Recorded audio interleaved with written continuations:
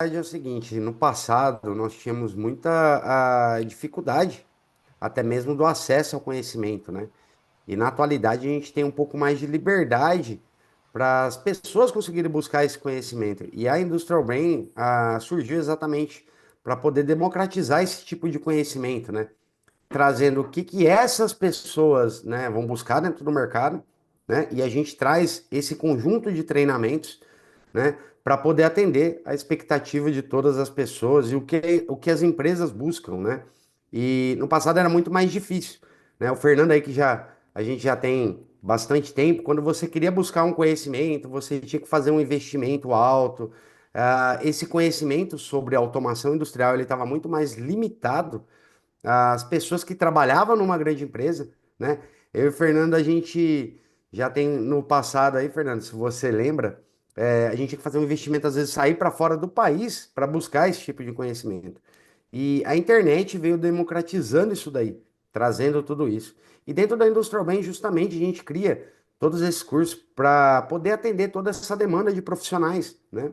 Que a gente vê hoje, cada vez mais, essa demanda ela vai crescendo, né? A gente vê que os próprios profissionais buscam esse tipo de conhecimento. Antigamente, a pessoa só tinha a formação base e ia para dentro da empresa, trabalhava ali dentro da empresa durante anos. Se aquilo dali não mudasse, ele continuava. Hoje não, até o próprio profissional, ele busca a especialização, ele quer ser um profissional mais qualificado, ele já entendeu que, de certa forma, as empresas valorizam aqueles profissionais, não somente que têm a formação, mas os profissionais que têm o conhecimento. Então, nós da Industrial Man, a gente também vem acompanhando essa tendência, olhando, né, de uma maneira geral, que hoje os profissionais também buscam esse tipo de conhecimento dentro da área de automação industrial.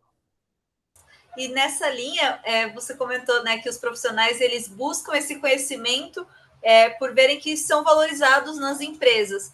Mas você também vê essas empresas de médio porte também buscando trazer esse conhecimento para dentro das empresas, tentando trazer alguma forma de oxigenar as informações, porque a tecnologia muda todo o tempo, né? E às vezes o profissional está lá há alguns anos, digamos assim, há uns 10 anos na empresa, teve uma formação, mas essa tecnologia já foi atualizada, ele acabou não indo atrás. Você também vê essa tendência das empresas também buscarem trazer esse conhecimento para dentro das empresas?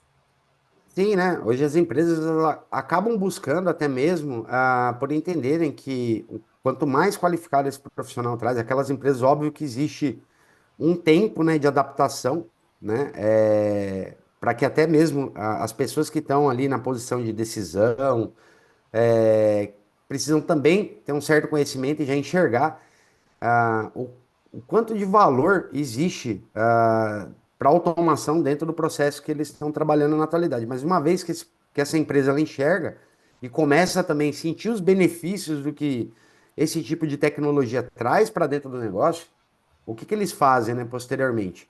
Eles começam também a buscar especialização justamente porque eles sabem que isso vai agregar valor. Então, quanto mais conhecimento o próprio time tiver, quanto mais qualificado forem os profissionais, maior vai ser a visão, né, de resolução de problemas que eles têm, maior capacidade também. Quanto mais conhecimento o profissional vai ter, maior o leque de oportunidades ele vai conseguir resolver, maior leque aliás, de problemas ele vai conseguir resolver, criando, na verdade, todos esses problemas em oportunidades aí dentro do negócio.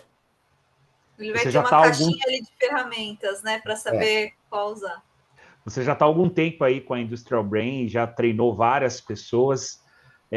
Queria que você contasse um pouquinho de uma experiência aí de sucesso de algum aluno seu que teve a vida mudada, ou também o aspecto pelo lado da empresa também. Uma empresa que você sabe que ela foi impactada indiretamente ou diretamente pela Industrial Brain.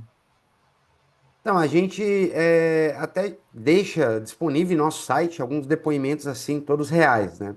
Então a gente pega desses alunos. Eu vou trazer um caso específico que me chamou muita atenção, inclusive depois eu cheguei a conversar com esse aluno, que foi um aluno que eu não vou comentar o nome da empresa, né?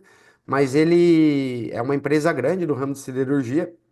Ele fez nossos cursos, ele comentou isso, falando que ele não tinha experiência nenhuma com automação industrial, né? Ele já era engenheiro eletricista, então já tinha passado por todo um processo de formação, e ele conseguiu fazer os nossos cursos, né? Em específico de Rockwell e Siemens.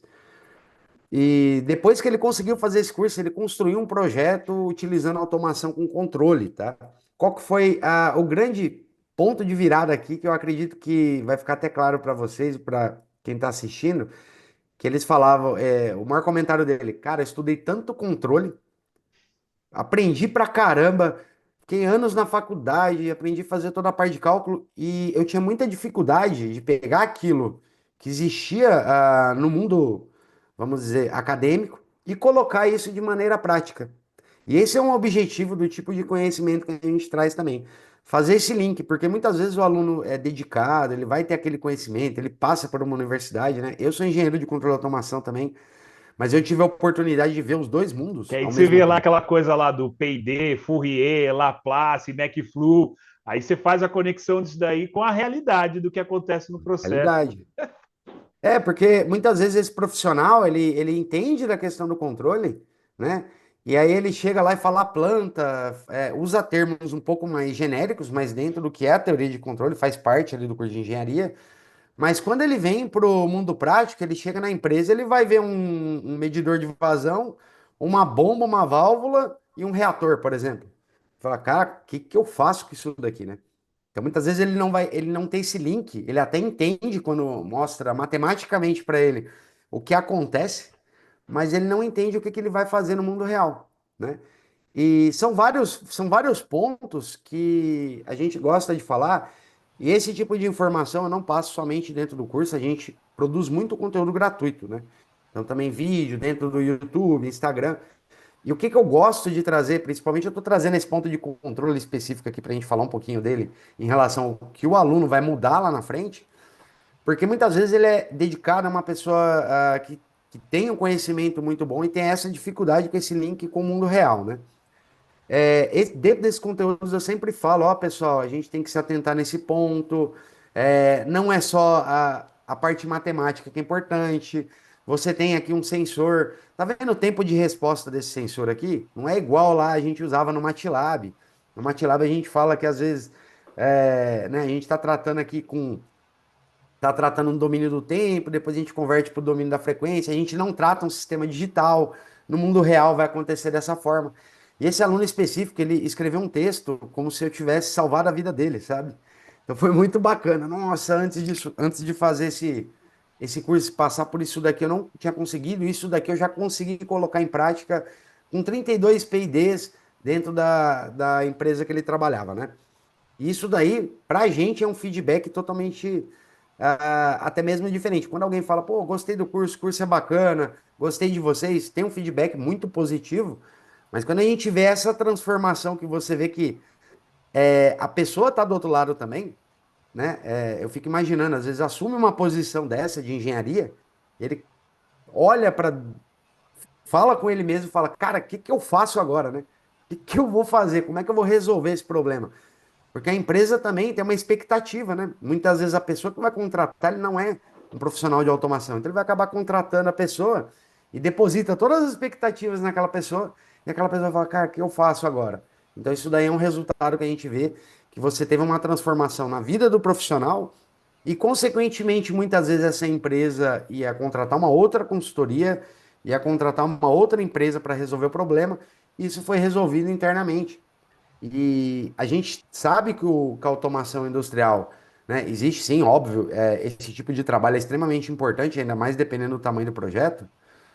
Mas quando você consegue internalizar parte disso daí, o conhecimento fica na empresa, nossa, é muito mais fácil para você se desenvolver, para você implementar melhoria, né? Começa a ficar algo muito mais rápido, e principalmente a empresa de médio e pequeno porte, ela tem uma velocidade muito mais rápida quando esse conhecimento ela está internalizado de certa forma. Até mesmo, mesmo que você não for desenvolver, você for contratar alguém, vai ser muito mais fácil para você pedir, né? Então você começa a gerar essa transformação muito mais rápida, né, dentro da indústria. Bom. Bacana. E Douglas, você está hoje sempre de olho em todas as tendências, tecnologias para trazer o mais novo, aquilo que tem de melhor ali no mercado, o tema que está em hype, enfim, ali para os seus alunos. E para as empresas de médio porte hoje, que dica você daria para eles assim em relação a alguma tecnologia que você tem visto que tem trazido resultado positivo ali para as operações, principalmente quando a gente fala ali de uma empresa de médio porte que tem manufatura, que tem ali um chão de fábrica mesmo, né, com base de automação. O que você tem visto que tem trazido resultado ali? Assim, aí são dois pontos de vista aqui que eu vou colocar, e isso daqui eu vou colocar o mesmo ponto de vista que eu falo dentro do Instagram, que eu falo para todos os alunos, né? Existem algumas tecnologias interessantes da gente ficar de olho, porém, a gente tem que tomar um certo cuidado em olhar para tecnologias novas e o que é tendência, tá? Existem dois mercados. Existe o mercado, né, de quem consome, aliás, dois modelos de empresa. Quem consome automação e as empresas que vendem automação, né? Então eu sempre coloco isso daqui é um fato, que muitas vezes o básico vai ser o melhor que você pode fazer, né? Então, assim, por mais que existam tecnologias, a gente olha, eu vou falar uma delas aqui que eu olho para ela com atenção, tô de perto, mas eu tomo cuidado. Por exemplo, vamos falar Ethernet APL, que é um tipo de tecnologia, uma rede industrial, que aí tem uma série de tendências. Você vê empresas como a Hauser, você vê em feiras, toda a feira de automação internacional, a gente vem falando com isso com muita força. Quando eu olho para as empresas, muitas vezes eu me pergunto, tá, dependendo da quantidade de tecnologia que você coloca numa solução, você está exagerando na tecnologia, eu fico imaginando depois como vai manter essa tecnologia funcionando. Existem dois pontos dentro da automação industrial. Uma, quando você desenvolve um projeto de automação, e depois, para manter esse sistema de automação rodando, tá? Eu vou dar um exemplo e vai parecer, tá? Vai um pouco de desencontro quando a gente fala, porque a gente é de tecnologia, né? Eu trabalhava, né, numa empresa e lá existia uma rede que chamava Rede Ásia, o Fernando conhece, você também deve conhecer. O que que acontece? Toda vez que eu tinha um problema nessa Rede Ásia, o pessoal me ligava, ficava 12 horas, 14 horas parado, porque muitas vezes eu estava de madrugada, porque eu não tinha profissionais, muitas vezes qualificados para atender essa solução, né? E aí, o que que eu fiz? Um belo dia eu cheguei lá e falei, ó, eu vou jogar isso aqui tudo no lixo. Tirei tudo, coloquei todo o famoso 4 a 20 direto, levava, né, falando um pouco de arquitetura, mas não para ser muito técnico, a gente levava lá os cartões lá com sinais analógicos, com sinais digitais até o campo e conectava com esses sensores, com atuadores, utilizando uma tecnologia que muitas vezes pessoas vão olhar e falar: nossa, mas com o que você tem de tecnologia hoje no mercado, você colocou uma planta com essa importância, utilizando essa tecnologia, que é uma tecnologia antiga. Muitas vezes a gente decide por isso, porque depois a gente nunca mais teve trabalho, porque a gente tem que ter esse carinho também para olhar para o profissional que vai estar lá na linha de frente, né? Não é o engenheiro sênior de alta tecnologia que vai estar lá disponível todo dia. Então a gente tem que olhar com carinho, olhar para a tecnologia onde ela realmente vai ser necessária, não onde ela vai trazer um benefício. Eu sempre pergunto, né? Porque a gente recebe uma série de alunos falando: nossa, eu tenho um problema na minha empresa que eu não consigo provar que eu preciso fazer upgrade do meu sistema. Daí você vai entrar no detalhe e você vai perguntar: tá, mas por que que você quer fazer isso?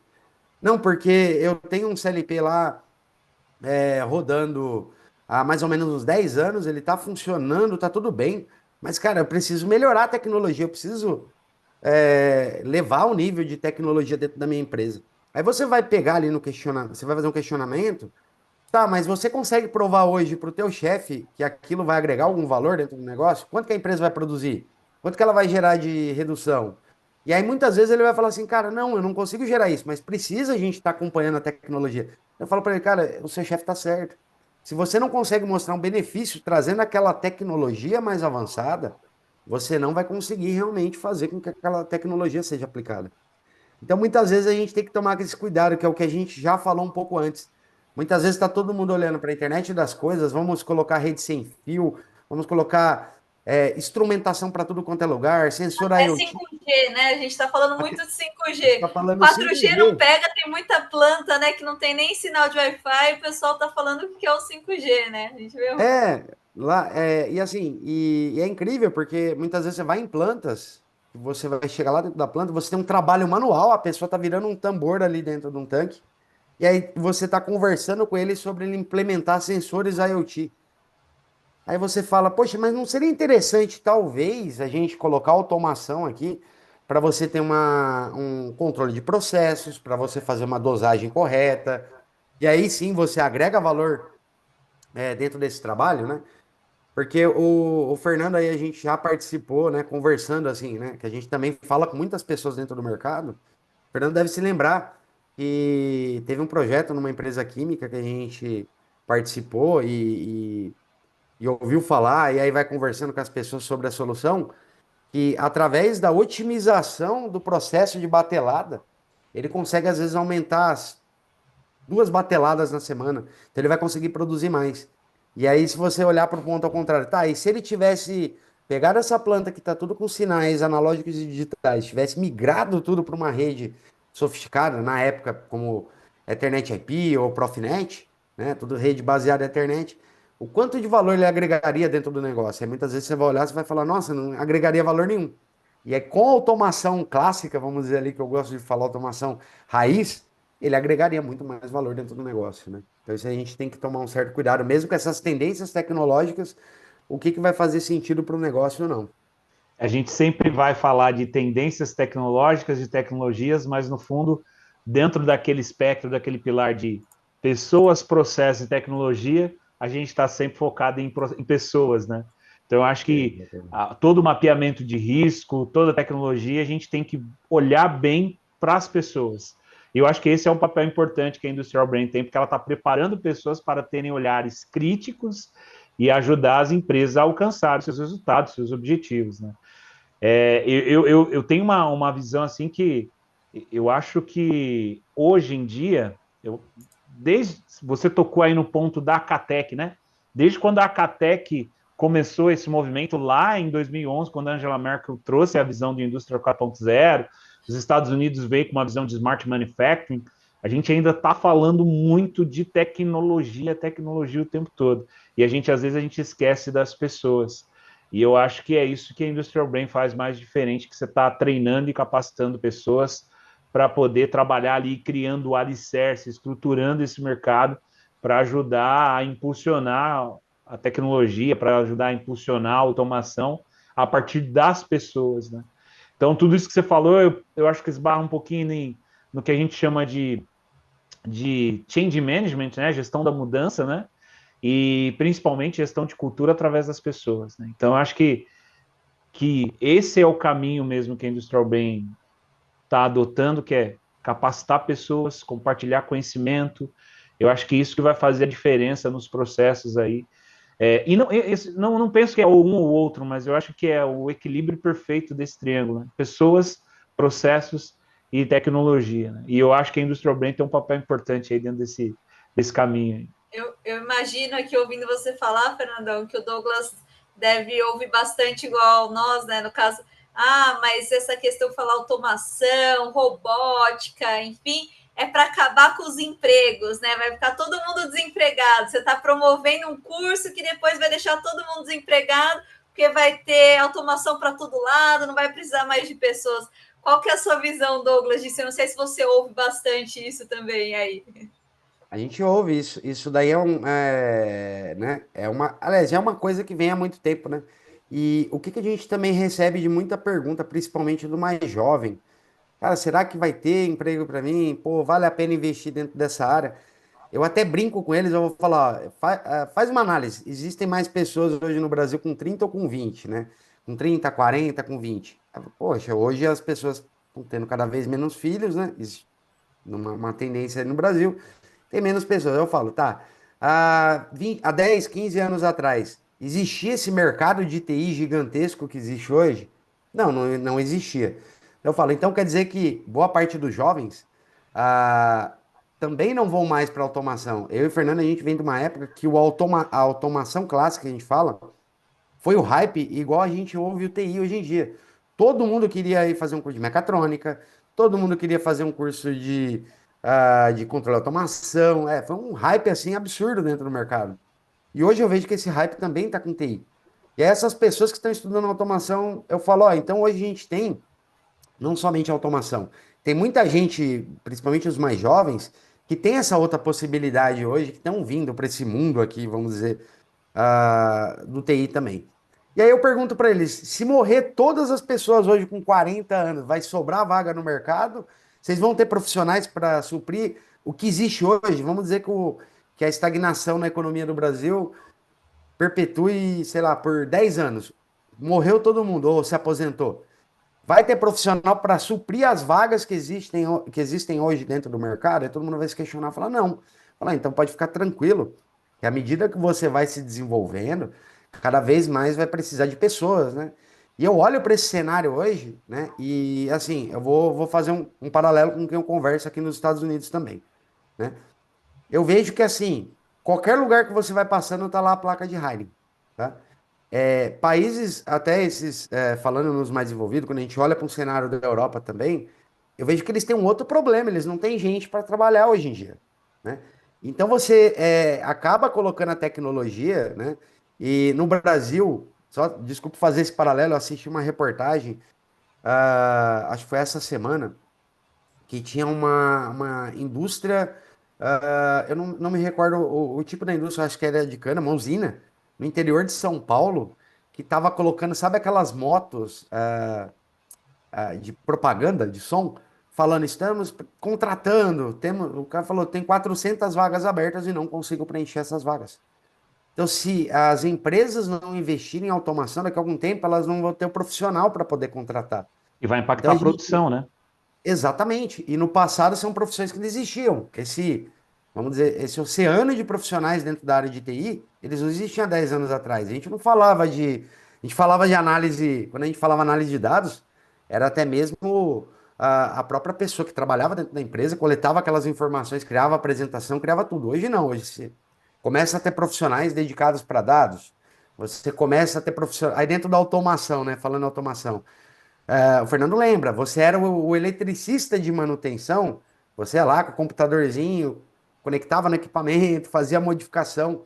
Na atualidade, aí você olha, né, a quantidade ali, o espectro de tecnologias que você tem hoje que compõe a indústria e que são necessárias justamente para poder produzir. Aí você vai começando olhando, você começa a olhar aquele cenário. Quem já teve que contratar hoje em dia, por exemplo, um instrumentista, sabe a dificuldade que é. Profissionais técnicos, então, mesmo com a situação que o Brasil está, né? Aliás, o mundo, né? Vamos falar, olhando para o mundo, eu fico imaginando, né? Dentro da indústria, a gente fica falando, cara, já imaginou se acontece alguma coisa no cenário mundial e a economia de países como Estados Unidos, Brasil, Europa aumentam em 5% num ano? Acabou, não tem gente que vai conseguir produzir. Então eu não enxergo que essas tecnologias elas vêm assim, não tem os empresários malvadões que estão falando, vamos acabar com o emprego no mundo. Eu acho que é muito pelo contrário, existe um problema, e à medida que esse problema vai se agravando ao longo dos anos, as empresas buscam a tecnologia para poder suprir o que a gente tem de demanda, né?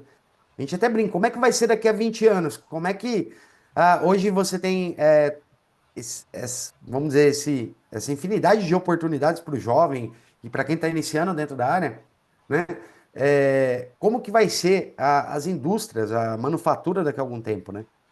Muitas vezes você vê uma oferta até mesmo dentro da internet, que existem outras áreas que você não deve trabalhar, que você não deve estudar, que você não deve fazer isso, que você vai ganhar dinheiro trabalhando com a internet, mas se todo mundo trabalhasse com a internet, não ia ter gente para produzir, né, os produtos que todo mundo quer comprar. Então, vai muito nessa linha, né?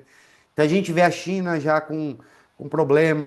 Então, acho que assim, tudo que a gente fala aqui em termos de acabar com a mão de obra é algo muito mais profundo quando a gente olha para um cenário global, né? Então, eu não acho que a automação vai tomar o emprego das pessoas. Eu acho que vai ser graças à automação que a gente ainda vai conseguir comprar um produto em um preço acessível. Se a gente tirar a automação hoje, quanto que custava o carro na década de 80, né? Na década de 70?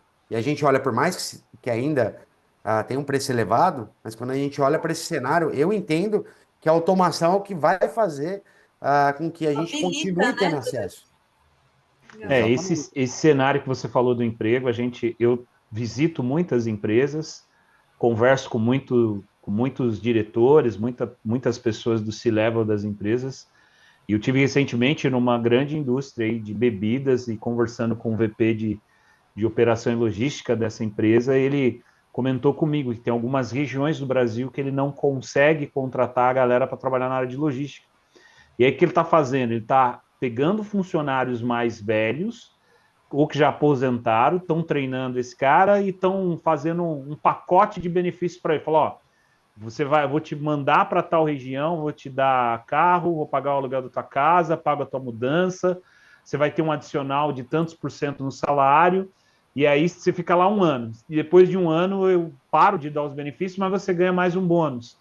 E diz que só assim que eles estão conseguindo suprir, porque hoje ele fala assim, ó, hoje o que eu produzo aqui na minha fábrica, eu não consigo ter a performance que eu preciso, porque eu não tenho mão de obra suficiente. E aí a conversa que eu estou tendo com ele, o que é? Cara, eu preciso automatizar. Porque muitos processos que eu tinha manual, do cara ir lá, coletar com o handheld lá um código, subir ele lá no SAP ou no RP que seja, para dar uma confirmação de posição, colocar isso num carrinho, levar para o armazém, o quanto mais eu puder te colocar de tecnologia, eu fico menos dependente desses gaps que eu tenho de mão de obra que eu não consigo. Então, assim, hoje ele falou para mim, ó, hoje para eu vender o meu produto para o meu cliente, às vezes eu tenho que comprar do meu concorrente para atender a demanda do meu cliente. Então, assim, é um problema latente grave. E eu concordo com o que você falou. A automação ela vem para somar, porque ela vem para somar, para complementar e para ajudar a dar vazão a toda a parte de produção.